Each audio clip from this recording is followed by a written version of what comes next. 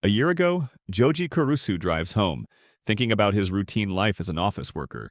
Returning feels like a hassle. He parks and mutters that he's home, already expecting the usual questions. Inside, his family greets him. They tease him about still being single and ask for grandkids. His cousin begs for Tokyo souvenirs. He first says no, then pulls one from his bag, making her smile. At work, Joji recalls his senior saying families start nagging about marriage after 3 years, and he knows it's true. He doesn't hate the idea, he just hasn't found anyone yet. At the shrine, he watches a family and quietly wishes for one of his own. He thinks about making a wish to get a girl, then suddenly notices someone nearby. The girl's appearance catches his attention and he freezes, thinking she's drop-dead gorgeous. Joji wonders if she's a foreigner. He assumes she won't talk to him, so he watches silently. She glances at him, then starts breathing deeply as she faces the stairs. She grips the railing, calling it scary in another language while climbing. Joggers pass, chanting, "Fight on," while she keeps going slowly. Joji notices she's barely moved. He approaches and asks if she needs help. She looks up with teary eyes and nods, so he helps her down. She shows her gratitude, saying she's terrible at moving, then says goodbye in Russian and walks off.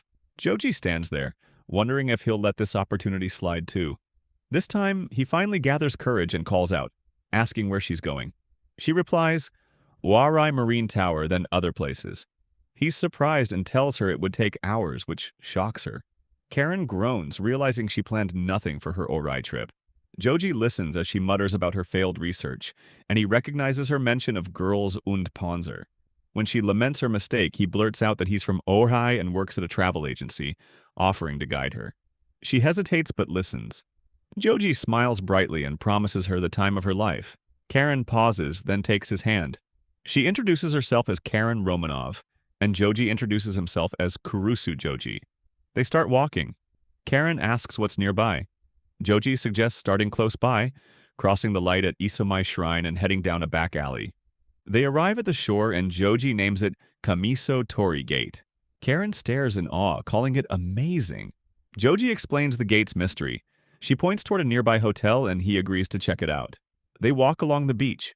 Joji watches Karen quietly, thinking she's cool and cute, and realizes he's walking on a beach with a girl for the first time. Karen suddenly spots something ahead and calls out. They stop at Oarai Seaside Hotel where Karen points at a hole in the building. Joji says it's been there for years and wonders what caused it. She steps closer and pulls out her phone, rapidly taking pictures of the hole. Joji watches confused as she says she took many photos and is satisfied. He still doesn't understand why but lets it go. She asks where they're heading next. Joji suggests lunch and asks if she's eaten. She says no, so he proposes seafood, and she agrees. They enter a sushi shop called Eternity and sit at the counter. Joji orders 2 tuna bowls. The food arrives. Karen stares at the tuna bowl, amazed by how much fish there is. Joji tells her to try it. She takes a bite, her eyes widening at how rich and fatty it tastes. Karen exclaims that it's sweet and melts in her mouth. Joji grins proudly. She keeps eating, struggling with chopsticks. He watches her enjoy the meal and thinks he wants to make her even happier. After their meal, Karen thanks Joji and asks what's next. Joji suggests a miniature amusement park. As they walk, she notices girls on Panzer artwork displayed in shop windows. He explains that artists donate them to local stores. They continue toward Orai Mentaiko Park. Karen admits she's tired and asks to rest. Joji teases that they've barely walked a kilometer. She sits on a decorative bench meant for photos. A passerby mistakes them for a married couple and offers to take their picture. Joji freaks out and instantly clarifies it's not what she thinks. Joji and Karen exchange awkward looks. He thinks it's true they just met, yet it already feels complicated. The woman prepares to take the photo and asks them to smile. Both turn red and are unable to even pose out of embarrassment. Joji and Karen reach Oarai Marine Tower. She suddenly stops, exhausted, and says she can't walk anymore. Joji panics and offers to call a taxi, realizing he hadn't noticed how tired she'd become. Karen admits she has nowhere to stay. Joji hesitates, worried he might come across as a creep, but quickly offers his place. She glares at him, wondering if he has ulterior motives, but he assures her that's not the case. They arrive at Joji's home where he announces his return. His mother asks where he's been. Karen thanks them for their help. The mother looks shocked, and Joji's family bursts out teasing, saying he finally brought home a bride and skipped the girlfriend stage. Joji flusters, insisting she's just a guest. Karen relaxes in the bath, then dries off and dresses in a yukata. Sitting calmly, she says she feels revived. Joji's sisters invite her to eat honey dumplings and read manga. She happily accepts and thanks them. They hand her a volume of Black Gal in the Countryside, and she beams, calling it her favorite manga. The family tells Joji to marry her, while he mutters that wasn't his plan. He wonders if he could ever date a girl like her. Karen meets Joji in the hallway, feeling much better. He checks if she's okay, and she thanks him, saying rest and manga helped. Joji points to a ship leaving the port, and explains it's bound for Hokkaido. He mentions Hokkaido is near his home, and she tells him she's from Vladivostok, Russia. She adds that she loves Japan and came to fulfill something important. Smiling softly, she says it's a secret. Joji freezes, caught off guard, and asks what she means. Karen stays quiet, then says she'll at least tell him one thing, something he already knows deep down. Karen smiles, saying she had a lot of fun traveling with Joji, even if it was brief. Joji, as always, freezes and struggles to speak, but tries to gather his courage. He finally calls out to her, blushing, and admits he also had fun. He asks if someday she would travel with him again. Karen's face turns red as she accidentally notices how fit he is. Embarrassed, she quickly excuses herself and runs back to her room. Joji stands there, confused, realizing he couldn't say everything he felt. He reflects that he never told her he wanted to travel together again. In her room, Karen seems to think the same. She hides her face, remembering Joji's abs, blushing hard and calling them perfect before losing her balance and then almost falling. Her phone rings. It's the editor-in-chief. The next day, Joji goes to wake Karen but finds her gone. Her door is open and a note sits on the table. He reads her message. She left early for an errand and thanks him for everything, including a drawing she made as a token of gratitude. His sister bursts in asking if Karen already left. She recognizes the drawing. It's by Hanano Rensuke, the author of Black Gal in the Countryside. Joji realizes Karen was the mangaka herself, and that her goal was to become one. He regrets not telling her he wanted to see her again. Karen, now working in her studio, takes a call from her editor. They mention something odd in the reader survey for her manga. She listens intently as the editor reads the message. Joji of the Kurusu Inn, I want to travel with you again. Karen softly repeats it, smiling with pure happiness. Joji slumps over his desk, exhausted. His coworker asks why he looks so down at the start of the new year. Joji sighs, saying he had to say goodbye to happiness at the year's end. His coworker teases him about being dumped and jokes about going to a club, but Joji declines immediately. Joji wonders if his message ever reached Karen. He admits to himself that he misses her and wants to see her, hoping to travel together again. He tells himself to focus. A new year means a new start. He decides to work hard and give customers the best travel experience. Just then, someone enters.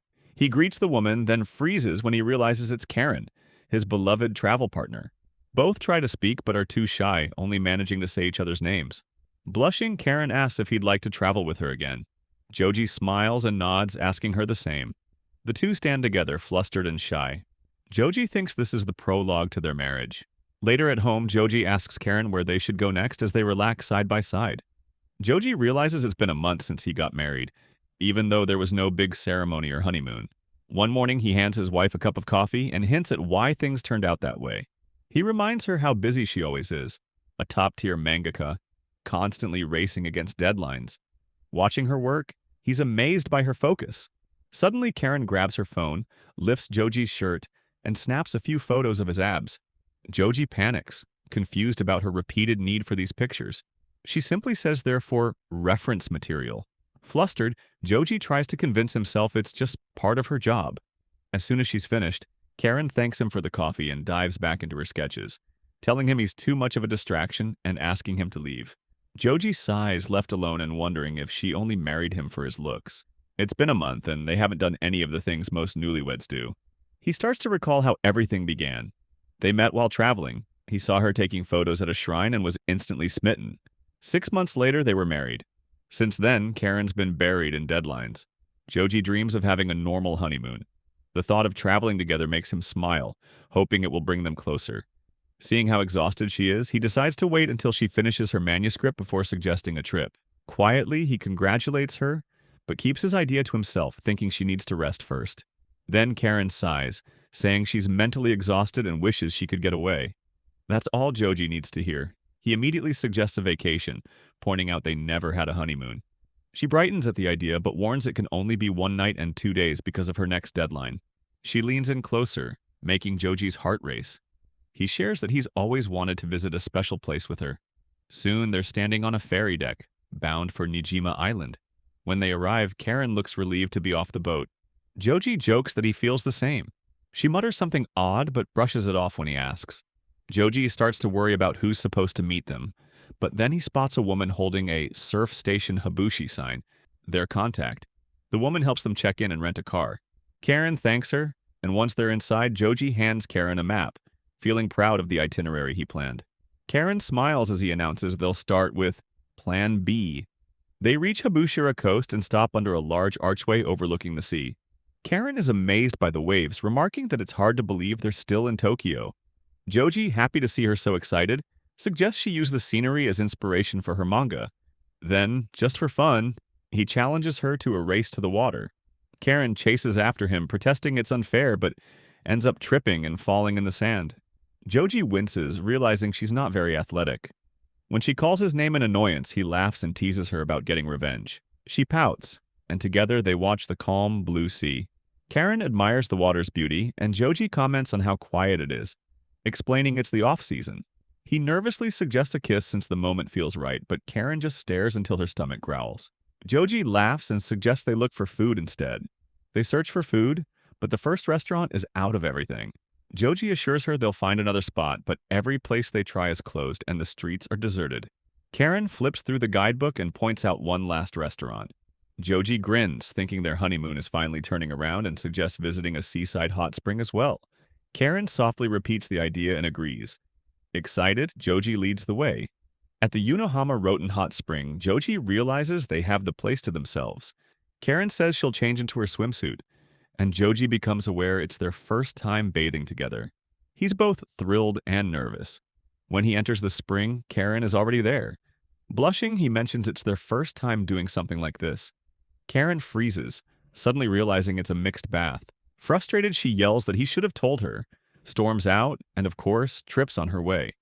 That night, Joji sits on the bed, annoyed with himself for letting his thoughts get carried away. He wishes he hadn't rushed things. Later, Karen wakes up and hugs him from behind, apologizing.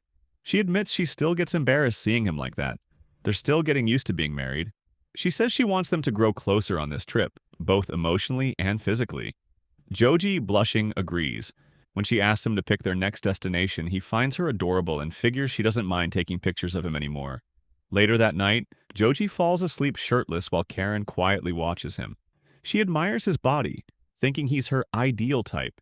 She realizes she can only look at him directly for about 10 seconds if she isn't behind a camera, but this trip has made her braver. Now she can stare a bit longer without hiding it. The next morning, as they ride the ferry home, Karen tells Joji she's already found another place she wants to visit. Joji smiles and agrees. As the ferry moves forward, they hold hands, ready to go anywhere together. Joji works out intensely at the gym, completely focused and drenched in sweat as he lifts his dumbbells. During a break, he catches his reflection in the mirror, grins and flexes, quietly telling himself he's looking strong. Afterward, he decides he needs an even longer workout to make up for all the food he ate on their recent trip. When Joji gets home, he calls out to Karen to ask about her work. Before she can answer, he freezes. Karen is lying on the floor. His heart races as he calls her name in alarm. She groans, half awake and holding her head. After a moment, she props herself up, clutching a book and looking stressed.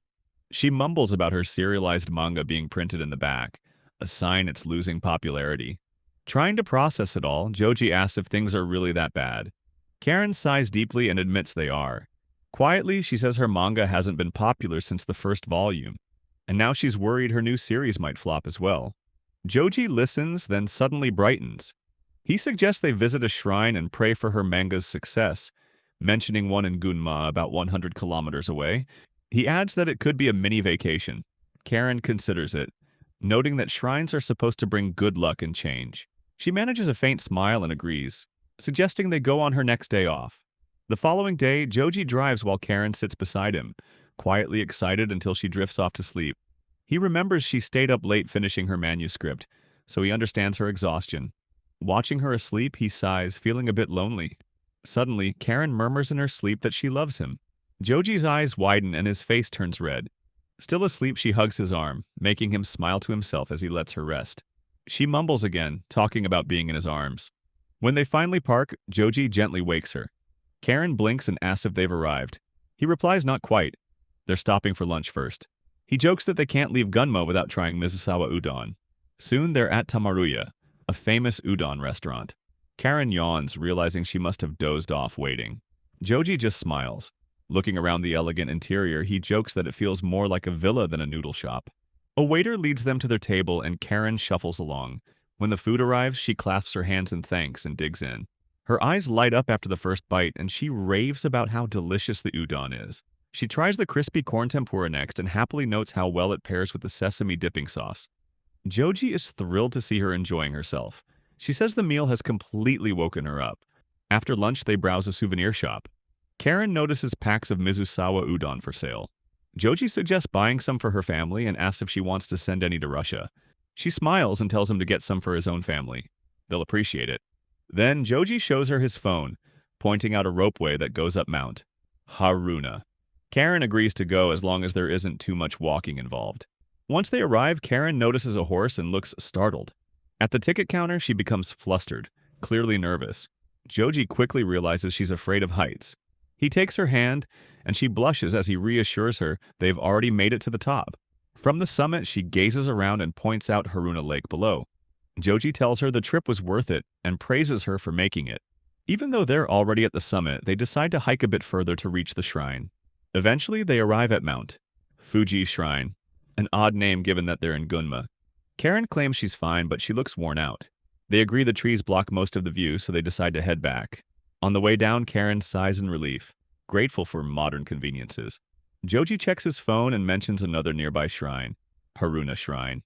Karen is willing to go as long as there's a ropeway. Unfortunately, there isn't one. It's a 15-minute uphill walk. Karen is taken aback, but Joji encourages her. She sighs and agrees, deciding they should finish what they started. They pass a yakimanju shop, and Joji suggests stopping for a snack. Karen declines, saying she doesn't want to eat right after walking, but promises to try it later. He laughs and says they'll stop by on the way back. At the Oarai gate, Joji explains that it's proper to bow before entering. Karen imitates him, a bit clumsy but sincere. Inside, it feels cooler, but Karen is still overheated. Joji offers to turn back if she feels unwell, but she insists on continuing. She wants the trip to matter. They encounter a steep staircase and she hesitates before asking him to hold her hand. Joji notes that the shrine is under restoration. Karen sighs, looking disappointed, but searches for the correct path and announces they're almost there. They finally reach the shrine. Karen says something religious as she looks at the mountain, but when Joji asks about it, she changes the subject, saying she needs to buy something and telling him to wait. When he offers to get it for her, she insists on going herself, so he lets her. Afterward, they toss coins into the water and pray together, eyes closed and hands clasped. Joji quietly wishes for Karen's manga to succeed and for their marriage to remain strong. Karen, however, prays aloud, simply repeating, serialization. Joji peaks, feeling a little disappointed that her only wish is about work. Afterward, Karen comments in another language that praying was exhausting. Joji laughs and offers her a piggyback ride, which she happily accepts. She apologizes, admitting mountain trips are tough for her, and she wishes she were in better shape for both their sakes. Joji's mind starts to wander when he notices something soft pressing against his back, but Karen interrupts, showing him a small trinket she bought earlier, a relationship charm called Korokoro-chan. She presents the matching pair, one for each of them. Joji is about to protest that his hands are full or that he can't accept it, but before he can finish, Karen hangs the charm over his ear. He's surprised but secretly touched, feeling genuinely happy. On the drive home, Karen falls asleep with a yakimanju still in her mouth. Joji glances over and can't help but laugh. He smiles to himself, thinking she really is a troublesome princess. Joji realizes he and Karen have been traveling a lot lately. Recently, she's gotten into fitness, using a Ring Fit device to stay active. One day, Karen suddenly announces she's going to take a bath. Joji, unable to help himself, imagines how nice it would be if they bathed together and accidentally blurts out, "A bath?" Karen catches his meaning and gives him a sly smirk before heading into the bathroom alone and shutting the door. Moments later, she opens the door again and calls out to him. Joji, a bit flustered, responds. She teases him, saying they could have bathed together if their bathroom weren't so tiny. Her comment sparks an idea, maybe they should visit a place with a proper bath. Before long, they're off again, this time to a secluded hot spring. On the drive, Joji is at the wheel while Karen rides shotgun. He mentions an outdoor bath in Fukushima, known for its remote location and incredible views. Karen agrees it sounds nice, but jokes that the road they're on doesn't even look like it's in Japan. Joji explains it's the Bandai Azuma skyline, one of Japan's most scenic routes. As they continue, Karen wrinkles her nose and says she smells eggs. Joji laughs and explains it's sulfur from Mount Isaikyo, which also keeps most plants from growing nearby. Joji's thoughts drift, picturing himself and Karen together in a steamy mixed bath. The strong sulfur scent jolts him back to reality, and he realizes they must be close. He's about to daydream again when Karen suggests they stop at the Jotodera Visitor Center. While Karen goes to get a drink, Joji waits outside. He's about to start daydreaming when a stranger approaches and asks him to take a photo. By the time Karen returns, she spots Joji smiling as he snaps a picture for the girl on her phone. Back in the car, Karen is unusually quiet. Joji checks if she's alright and she calmly says she's fine. He notes the road getting rougher, signaling they're almost there. Karen just gives a short, yes. The silence makes Joji wonder if he's done something wrong. When they finally reach Makukawa Onsen Mitoya Ryokan, Karen surveys the area and admits that, despite its seclusion, the inn is quite nice inside. At the front desk, Joji inquires about a day visit to the hot spring. The receptionist grins and comments that they look like a couple. Joji quickly clarifies that they're married. The receptionist explains there are 2 open-air mixed baths, and they can choose either. When Joji asks Karen which one she prefers, she says she'd rather bathe alone. Karen selects the upper bath and sends Joji to the other. He agrees. The receptionist jokes that their hot spring is so good it can resolve any couple's argument. Joji laughs and promises to put that to the test. Karen is impressed with her bath, featuring a beautiful cypress tub and a breathtaking view. She soaps up and soaks in the hot water, letting out a sigh as her body and mood relax. After some time, she suddenly calls out for Joji.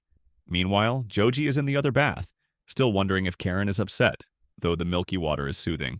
Suddenly, Karen appears and tells him not to move as she steps into the bath with him. After a brief silence, she asks if he thought the girl at the visitor center was prettier than her. Joji is taken aback. She quickly tells him not to act like that around other women. Joji explains he only blushed because he was thinking about them bathing together, something they missed out on in Nijima. He stands and reassures her that he'd never do anything to hurt her. Karen's face flushes, not just from the heat, but from realizing she may have overreacted. She tells him to get back into the water with her. He does, and for the first time that day, they truly relax together. Joji smiles, realizing he was right. Travel really does bring them closer. As they leave, Joji thanks the front desk for the wonderful experience. The receptionist grins, pointing out that his prediction was right. These hot springs truly help couples reconnect. Karen sits at her desk, glaring at her blank storyboard, frustrated and mumbling that nothing is coming to her. Suddenly, she storms into Joji's room. Joji, lounging on the couch, jumps up as she bursts in and demands he put his hands up. Confused, he hesitates until she urges him again, so he raises his hands. Without warning, Karen starts punching his stomach, each hit punctuated by a loud shout. Joji doubles over, gasping for air and wondering when his wife turned into a martial artist. Groaning, he complains that she's being a terrible wife. Karen just shrugs, saying she needed to let off some steam. She couldn't focus on her storyboard, and his abs made a perfect stress ball. With a mischievous grin, she admits that being bad is kind of fun. Joji sighs, telling her she looks genuinely evil. When he scolds her for being violent, Karen argues that punching his muscles actually helps her concentrate. She lands one more punch before stopping. After a moment, she gasps and suddenly declares she wants meat. Joji stares at her, completely caught off guard. She shouts again that she wants to eat meat. Joji mutters that she's unpredictable when she's stressed. He suggests going out for fancy yakiniku, but she immediately shakes her head. That's not the kind of meat she wants. After a moment, she slams her fist into her hand and insists she wants a hamburger. Joji blinks, but Karen has already made up her mind. She grabs his arm and drags him to the door, ignoring his protests. As they walk, she chants about meat, turning it into a quirky little song. Joji asks if she just made that up. Soon they're on the highway. Joji grins, declaring they're officially on a hamburger mission. Karen shoots him a glare, warning this better not be McDonald's. He quickly reassures her it's not. It's just a short trip to Chiba. As he glances at her, he notices how good her outfit looks and blushes. She catches him looking and tilts her head, confused. Karen asks where they're going. Joji smirks, telling her it's a surprise. They cross the Rainbow Bridge and Karen presses her hand to the window, mesmerized by the glittering view. She quietly says it's beautiful, watching as they enter an underground tunnel. Joji says they're heading in and she nods excitedly. In the tunnel, Karen's imagination runs wild. She pictures secret labs and hidden facilities. Joji laughs and tells her it's nothing that dramatic. The car bursts into sunlight, revealing the striking view of Umihataru. Joji grins, hands her a blindfold, and asks her to put it on. Karen, intrigued, agrees, saying she loves surprises. He leads her onto the deck, holding her hand. He tells her there's something he's always wanted to do. Even if it isn't a ship, this will have to do. Karen removes the blindfold and the sea breeze hits her face. Joji steps behind her and gently lifts her arms. The ocean sparkles below, and Karen realizes they're recreating the Titanic scene. She laughs, shouting, "I'm flying!" The wind whips through her hair as she spins around, blushing furiously, and demands to know what that was about. Joji grins sheepishly, admitting he always wanted to try it. He clears his throat and suggests they get back to their main goal. Karen gazes out at the sea, saying it's wonderful. Their car speeds across the bridge over Tokyo Bay. Minutes later, she sighs, disappointed that the drive ended so quickly. Joji laughs, agreeing it was shorter than it looked. He explains they'll follow the Kisarazu railway route to get to the burger place. Karen nods and says, "Okay," as they pass the toll gate. Joji jokes that Chiba feels like a countryside Disneyland, calm and perfect for a drive. Eventually, Joji announces they've arrived at roadside station Miyoshimura. Karen eyes the place skeptically, questioning if a roadside stop can really have good burgers. Joji grins, tells her to trust him, and points out the spot around the corner. They soon walk into the famous Bingo Burger main store, known for its huge 200-gram patties. Joji excitedly says he's wanted to come here for ages. Karen's eyes light up and she gives him a thumbs up, saying, "Good job," in Russian. Joji beams with pride. Karen studies the menu while Joji picks a regular Bingo Burger set. When he asks what she wants, she confidently points to the Super Bingo Burger. Joji stares, surprised. It's twice the size of his. She claims double the sin means double the patty, completely serious. He's speechless as she places her order. When the food arrives, the size difference is astonishing. Karen's burger looks like a mountain. Her eyes shine as she announces she's digging in. She takes a huge bite, chewing happily while Joji just watches. She keeps eating with gusto, totally absorbed in her meal. Karen savors every bite, describing the juicy Wagyu beef and how the soft buns make it even better. She calls it the taste of sin, rich, indulgent, and completely worth it. She takes another bite, looking fully satisfied. After finishing the giant burger, Karen leans back and thanks Joji in Russian. He's amazed she ate the whole thing. She seems fine, even when he suggests visiting a nearby footbath. She agrees but rises slowly, placing a hand on her now round stomach. Joji points, surprised. Karen admits she may have overdone it. Looking at her belly, she mutters, "This must be her punishment for gluttony." Joji awkwardly agrees, secretly thinking her belly almost looks a few months pregnant. He looks away, blushing, and wonders if they'll actually have a child someday. For a moment, Joji daydreams, imagining them holding a baby together, sharing a warm family moment. But his fantasy vanishes when Karen groans, clutching her stomach. Joji panics, asking if she's all right. She gasps that her stomach hurts, catching the attention of a nearby stranger who rushes over. The stranger, totally confused, asks if she's about to go into labor and offers to call for help. Joji waves his arms, explaining she just ate too much. They both apologize and leave quickly. Alone, Joji mutters the man definitely thought she was pregnant. Karen sighs, embarrassed, and quietly agrees. Still clutching her stomach, she breathes heavily, her face flushed. Her thoughts jumble as she mumbles, "Between us, a child." Then she winces, blaming her pain on overeating. Joji offers to get her some stomach medicine. Karen manages a tired smile, and they both laugh softly at the wild day they've had. Karen struggles to keep up as she runs beside Joji, asking him to slow down.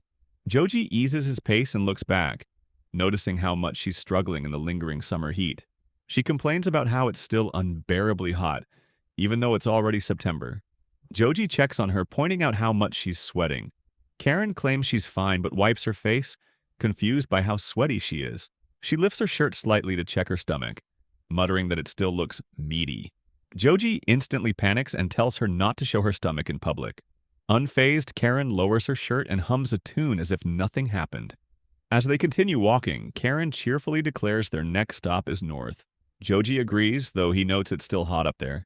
Suddenly, Karen bursts into a song about heading north, making Joji laugh and ask if that's a real song. Right then, her phone vibrates. She checks it and mentions it's a message from Mio, a friend she hasn't spoken to in ages. Joji looks over, curious. Karen explains Mio is her doujinshi friend, prompting Joji to ask if that means she draws those kinds of things. Karen reads Mio's message.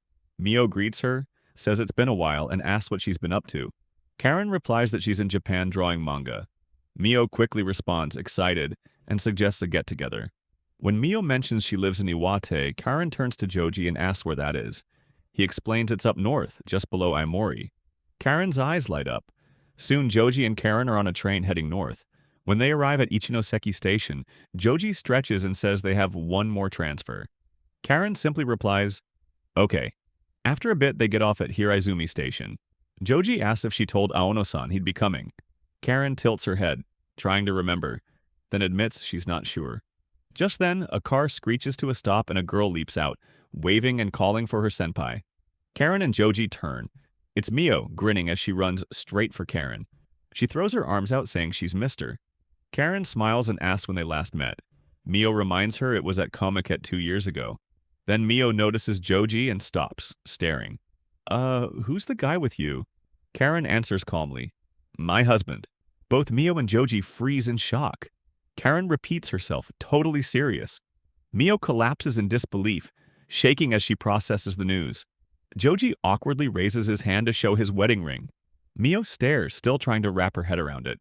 They go to the Musashibo Hotel, where Joji quickly realizes there's no room reserved for him. Karen apologizes, admitting she forgot to mention he'd be joining.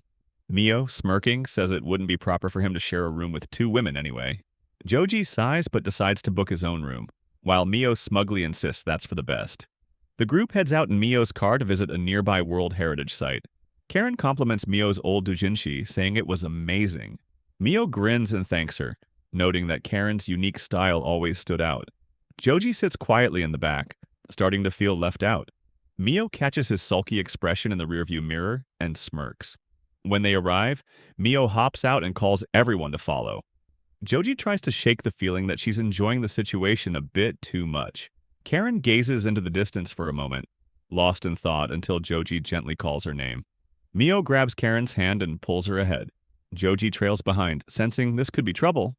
As they walk, Mio points out the World Heritage site up ahead. A cool breeze blows by and Karen shivers, quietly saying, "It's cold" in Russian. Mio agrees, mentioning Iwate gets chilly by late September. Spotting a coffee stall, Mio suggests getting warm drinks. Karen asks for a café au lait, then looks to Joji for his order. He shyly asks for hot coffee. Her thoughtfulness makes him blush, and he smiles, thinking she's truly sweet. After sipping her drink, Karen sighs, saying she's warming up. Joji agrees. Mio returns, grinning, and offers Karen a taste of her non-alcoholic mulled wine. Joji watches in disbelief as Karen accepts immediately. The 2 women share a drink, smiling, while Joji sulks. She's never even shared a drink with him. The group heads to Chusanji Temple's Sankozo Treasure Hall.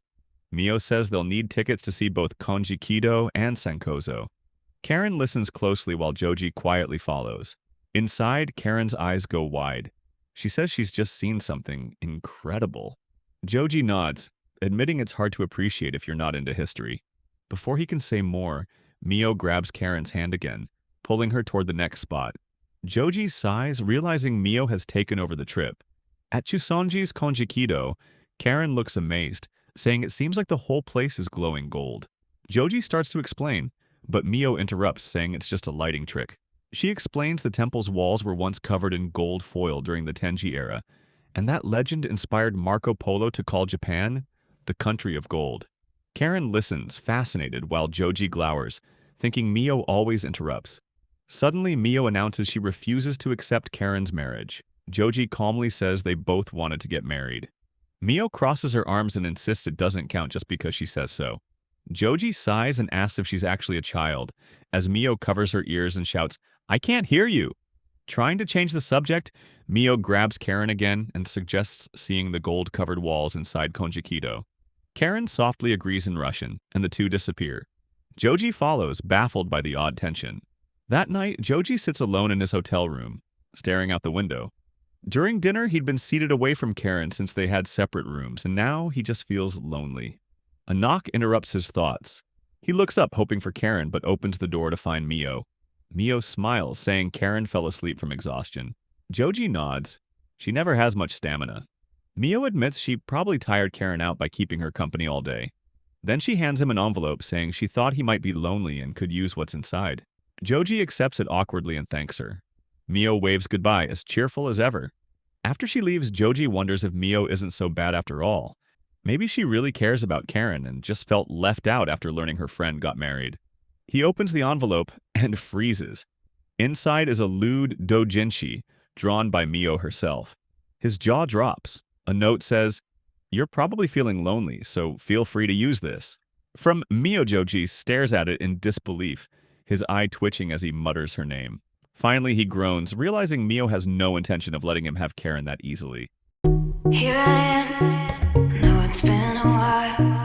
I was in denial about my love. Here I stand, I know I walked away. Had to find the person